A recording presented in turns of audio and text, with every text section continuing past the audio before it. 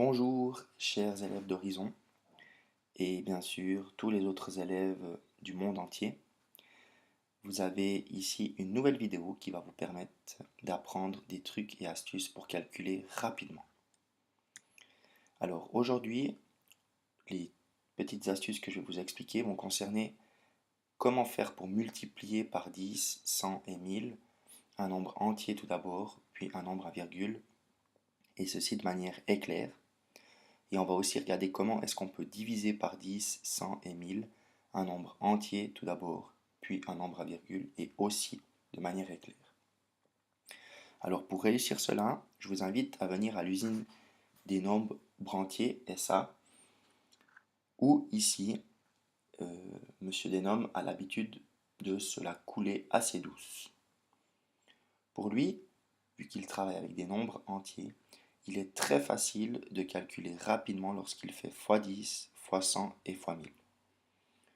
Pour ce monsieur, il suffit juste de regarder le nombre de zéros qu'il a dans son facteur et de rajouter ce nombre de zéros au nombre de la multiplication que l'on voit ici. C'est-à-dire que pour faire 23 fois 10, ce monsieur note 23 et il lui suffit juste de rajouter un zéro, parce qu'on a un zéro ici. On compte le nombre de zéros dans notre nombre 100, il y en a 1 et 2, je renote 23 et je rajoute 2 zéros à ma réponse. 1 et 2. Lorsque je fais x 1000, je compte 1, 2 et 3 zéros. Il me suffit juste de rajouter 1, 2 et 3 zéros à ma réponse. Donc je garde le 23, je le note et je rajoute 1, 2, 3 zéros, car ici j'ai 1, 2, 3 zéros. Maintenant, allons voir à l'usine des décimaux SA, où c'est un tout petit peu plus compliqué car nous travaillons avec des nombres décimaux. Alors pour travailler avec les nombres décimaux, on va aussi compter le nombre de zéros qu'il y a dans la multiplication ici, donc dans 10, et en fait, notre ami Denhomme vient d'aider sa femme en lui indiquant que c'est cette petite virgule qui va faire le travail. Donc lorsqu'on veut multiplier par 10, on s'attend à ce que notre réponse s'agrandisse. 2,3, si on multiplie par 10, la réponse va devenir plus grande. Et en fait, l'astuce que donne notre ami ici, c'est que c'est la virgule qui va se déplacer d'une case vers la droite. Autrement dit, elle se déplace d'une case parce que j'ai un 0 ici. Donc, dans le premier exemple, j'ai ma virgule qui serait là, 2,3, je la décale d'une case vers la droite pour venir la mettre ici. Et en fait, je lis 23, alors 23, ça n'existe pas, c'est simplement 23, ou alors 23,0, si vous le voulez. Ici, je regarde, j'ai 1 et 2 zéros. À nouveau, j'ai ma virgule virtuelle qui est là, 2,3, que je vais déplacer cette fois-ci de deux cases. Une première case vers la droite, ça me donne 23, mais je dois encore déplacer d'une case. Donc je le mets ici. Et je dois rajouter un 0 à cet endroit. Ce qui me fait lire 230, virgule, j'ai dit que ça n'existait pas, donc c'est 230,0 ou alors simplement 230. La même chose pour le dernier exemple. J'ai ici un 0, 2 0 et 3 0. Cela m'indique que je dois décaler ma virgule de 3 positions vers la droite pour que mon nombre grandisse. Voyons ce que ça donne. La virgule au début, elle est là. Je la décale de 1 place, 2 places, 3 places et je la mets ici. Je lis 2300, ou alors 2300,0. Je peux venir mettre une petite apostrophe à cet endroit pour mieux lire mon nombre. j'ai bien 2300,0. Alors, j'espère que là, c'était assez clair. Et je te demande, est-ce que tu serais prêt à aller travailler chez Denom et chez Dédé? Alors pour cela, tu as un exercice ici. Tu peux mettre ta vidéo sur pause, réaliser cet exercice. Ensuite, je te montrerai les réponses de cet exercice. Et puis tu pourras simplement regarder si il te faut revoir la théorie de la première partie de la vidéo ou si tu peux passer à l'étape de la division. Alors tu peux mettre ta vidéo sur pause et faire l'exercice. Bravo! Alors tu as effectué l'exercice, je te montre les solutions et je te laisse comparer avec ce que tu as trouvé. Je t'indique simplement que ici j'ai mis la virgule pour te montrer où c'est qu'elle arriverait. Mais en fait 33, je te le dis bien, c'est soit 33 ou alors 33,0. Je te laisse comparer tes réponses et on va passer ensuite à la suite.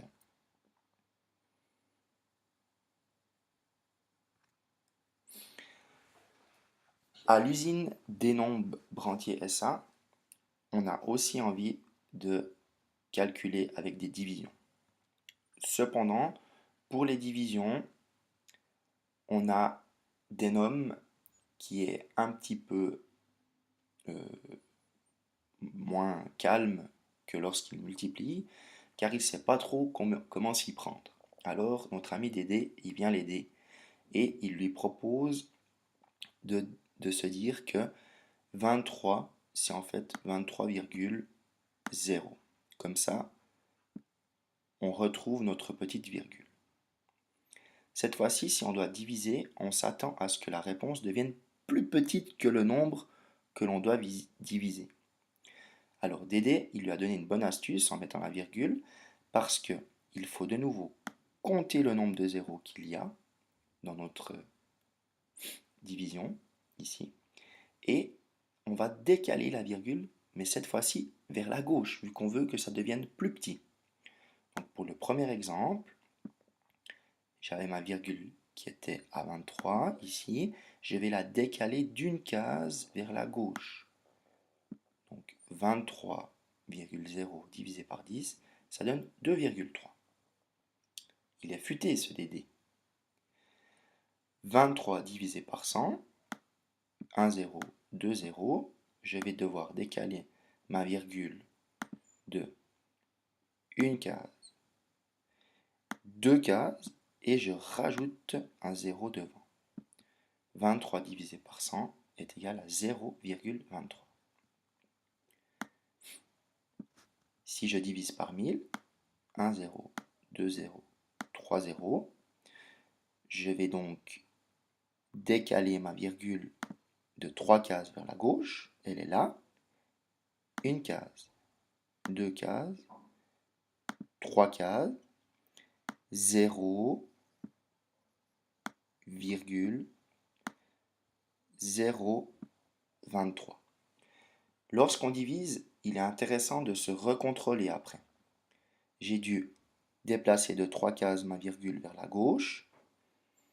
Et si je redéplace ma virgule de 3 cases vers la droite, je suis censé retomber sur le nombre du départ. Voyons voir. Je la redéplace de 3 cases vers la droite. 1, 2, 3. Oui, j'ai bien 23. Donc je retrouve ce nombre-là. Ici, si je veux me vérifier, je reprends ma virgule, je la déplace de 2 cases vers la droite. 1, 2, oui, je retrouve bien mon 23 et mon déplacement de virgule a été effectué correctement.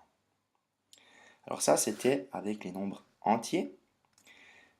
Et à l'usine des décimaux SA, si nos deux personnages se mettent ensemble et collaborent,